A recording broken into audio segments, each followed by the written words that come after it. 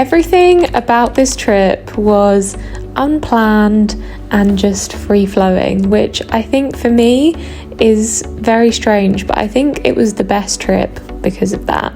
So I booked this trip like 3 days before I went, and then on the plane is when I actually decided that I was gonna paint or create art every single day that I was there, because I feel like I had got into such a, I don't want to say a rut, but like a creative block, I guess, of just creating the same things and painting in the same way.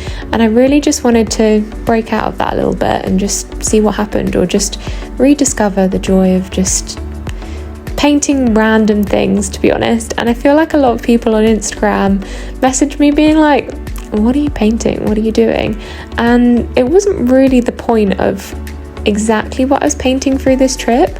I was just looking to be inspired every single day, because I feel like when you are looking for inspiration, when your mind is tuned in to look at the whole world and all the sights and the sounds and the smells that come with traveling and everything, especially Bali and Indonesia, is a sensory overload.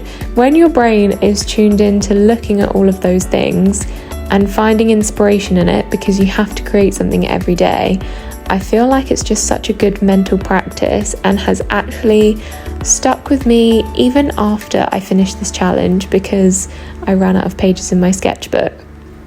So I'm not going to talk in detail about all of the things that I painted in this, because as I say, it's not the point.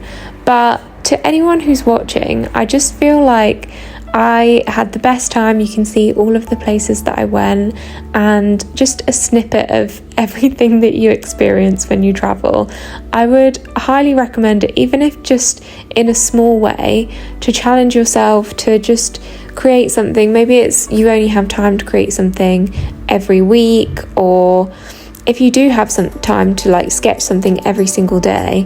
I think it was just such a useful practice for me. One, just to get used to like that rhythm of being an artist and picking up your paintbrush every single day, because it's so easy to get out of the routine. And trust me, traveling, and I was staying in some hostels and not some of the nicest accommodations sometimes, and it's quite kind of hard to get your paintbrush out in front of people, especially when you're painting these like random little doodles and people think you're really bad at painting. But there was no excuse. I didn't have anything else to do in my day because I was just traveling around. Well, you do have other stuff to do, but you know what I mean. So some of the highlights of this trip: sunsets, obviously the painting.